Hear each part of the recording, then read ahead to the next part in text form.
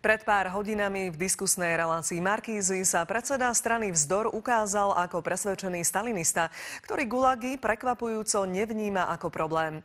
No a práve títo extrémni ľavičiari vychádzajú aj na dnešný diel seriálu o kandidujúcich stranách. Vzdor má volebné číslo 10 a naozaj neskromnú prioritu – zmeniť režim.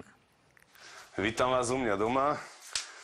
V Drevenici na Liptove môžete aspoň vidieť, že predseda marxisticko-leninskej strany nie je žiadny zbohatlík, žiaden magnát, hej. Strana nemá hotové sídlo, natáčame preto vo Valašskej Dubovej, v pracovni u 27-ročného predsedu. Súdruhovia mi zmerili túto dôveru.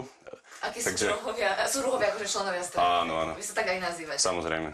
To, keď si človek prečíta, povedzme, Lenina, alebo už len toho Marxa Engelsa, tak začne úplne inak rozmýšľať. Hlavne čo sa týka vývoja spoločnosti. To som dostal pod stromček, takže to mám takú výstavku. Naša najväčšia priorita, na tom stojí v podstate naša kampaň, na tom stojí celá naša ideológia a prax, je socializmus. Je tu absolútne nesprávne prerozdeľovanie, že tu vlastne všetci pracujeme pre hrstku kapitalistov.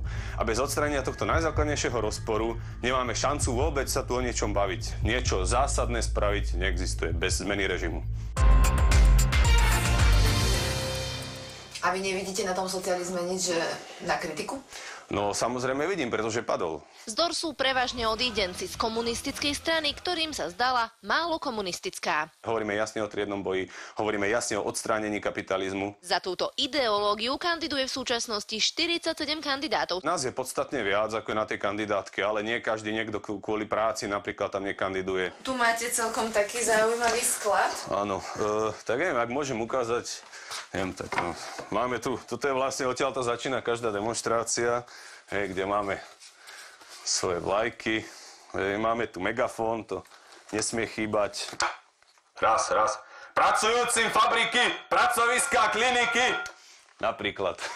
Pirošik tvrdí, že financie majú len od členov a sympatizantov a kampaň vyjde na pár tisíc. Martina Tereková, televízia Markíza.